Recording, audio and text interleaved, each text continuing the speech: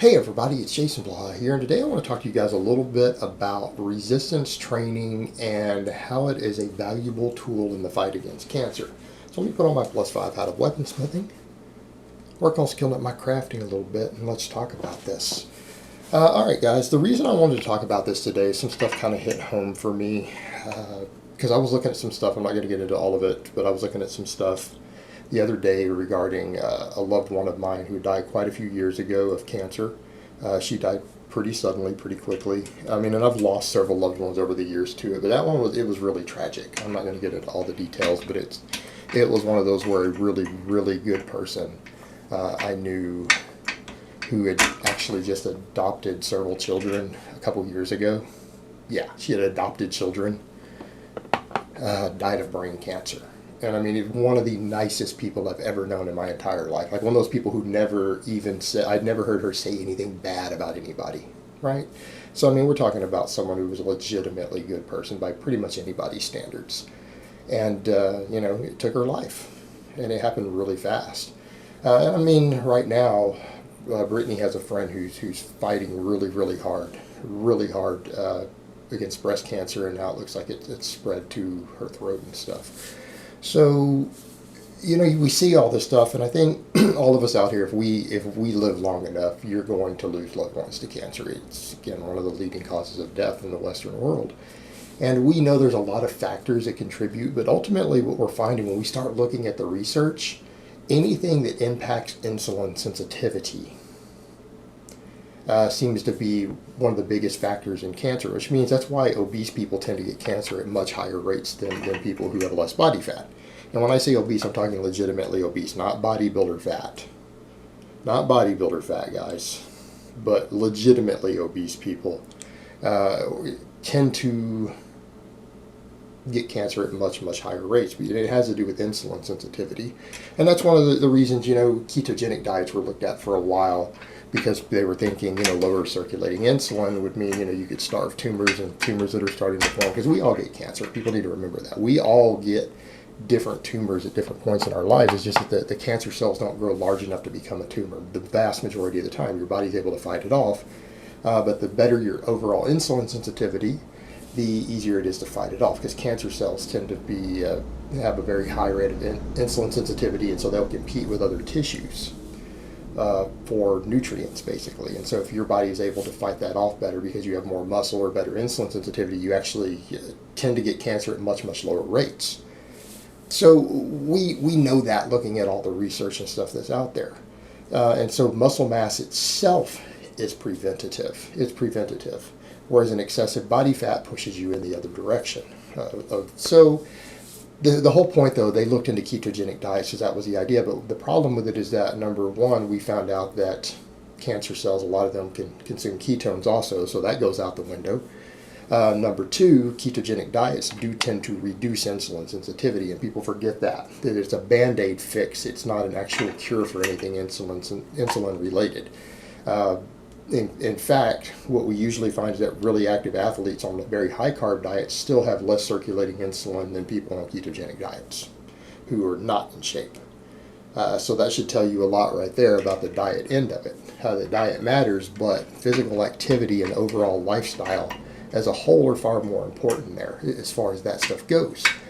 So when you start looking at the data out there, what they have found, and I've talked about this in the past, but I think it's really important that we understand this, and we're trying to get our loved ones and other people we care about to actually train, is that people who lift weights, and this is just as a demographic, people who lift weights get cancer at 50% lower than the general population does, 50%. So in other words, you cut your chances in half just by being someone who lifts of ever getting cancer to begin with. Now, what people need to remember, that's all inclusive. And we'll jump over to that in a minute, because there's another important thing. It's also been noted that people who do work out, people who do resistance training, right? We're not talking about people who do running, jogging, that's different stuff.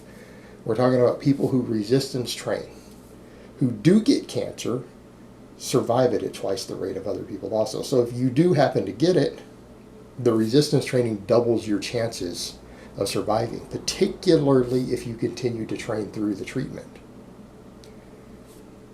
And I'm not saying other forms of exercise don't have their benefits there, they do.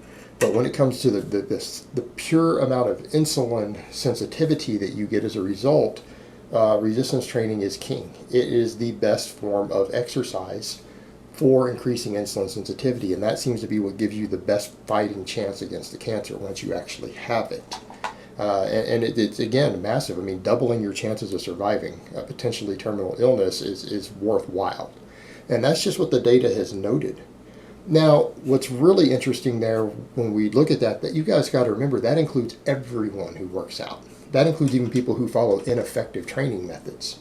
That includes people who don't even train the legs. You know, the gym bros who do mostly upper body, you know, which is, you figure, at least 50% of the gym population, they're even part of that demographic.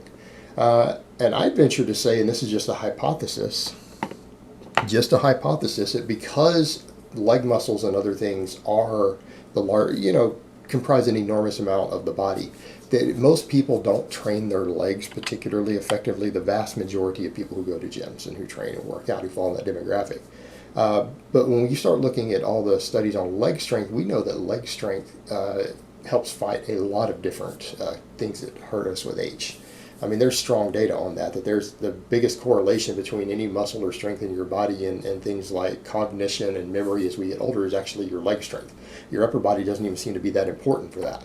I'd venture to say that when we're dealing with stuff like, again, cancer and circulating insulin and all of that, that people who train their legs hard probably will have a better odds than the overall demographic of people who resistance train.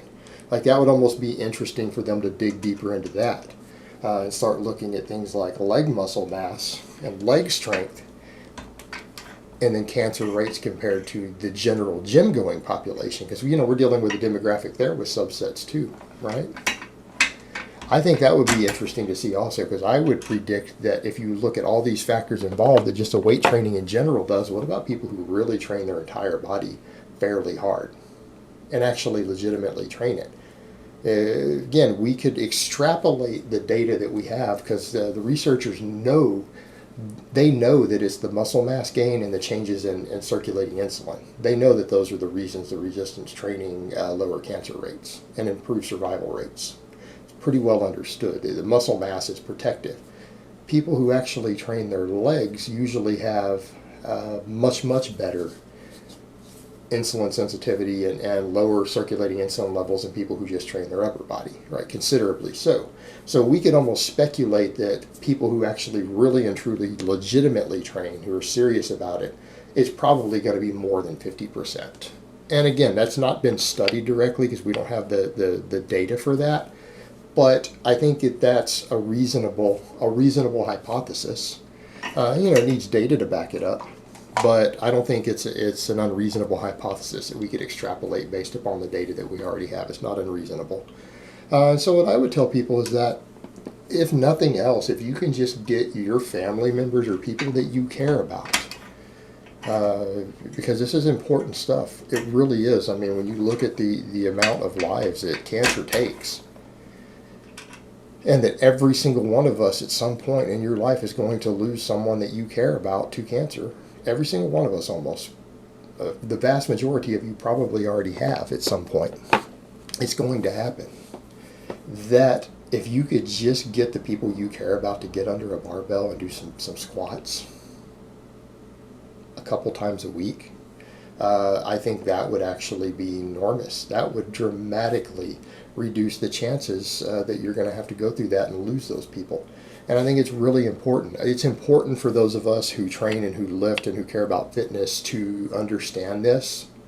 And it's important for us to try to, the best that we can, teach that to other people and to spread that information, because again, cancer's horrific. It's a horrific way to go. It's terrible. And, all these people talk all this nonsense about, these companies, they're hiding the cures for cancer. No one's hiding the cures for cancer. We already know lifestyle is the biggest factor. Study after study after study has shown that, yes, sometimes just good people for no reason get cancers, but lifestyle is an enormous factor.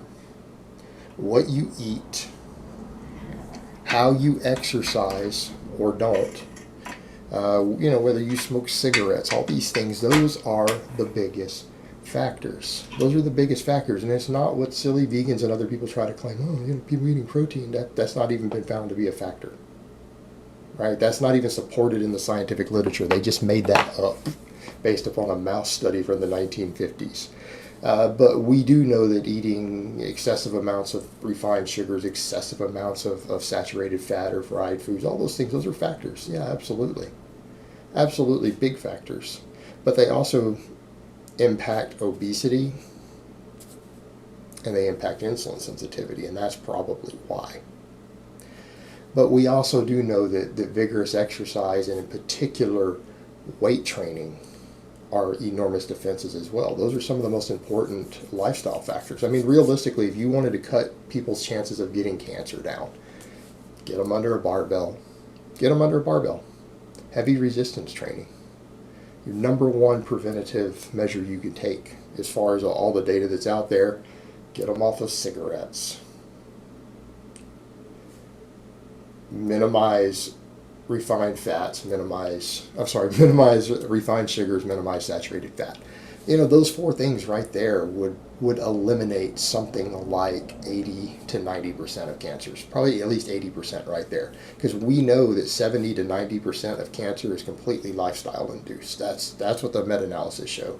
Only 10 to 30, somewhere between because it depends upon the cancer type, somewhere between 10 and 30% of cancers are not lifestyle related.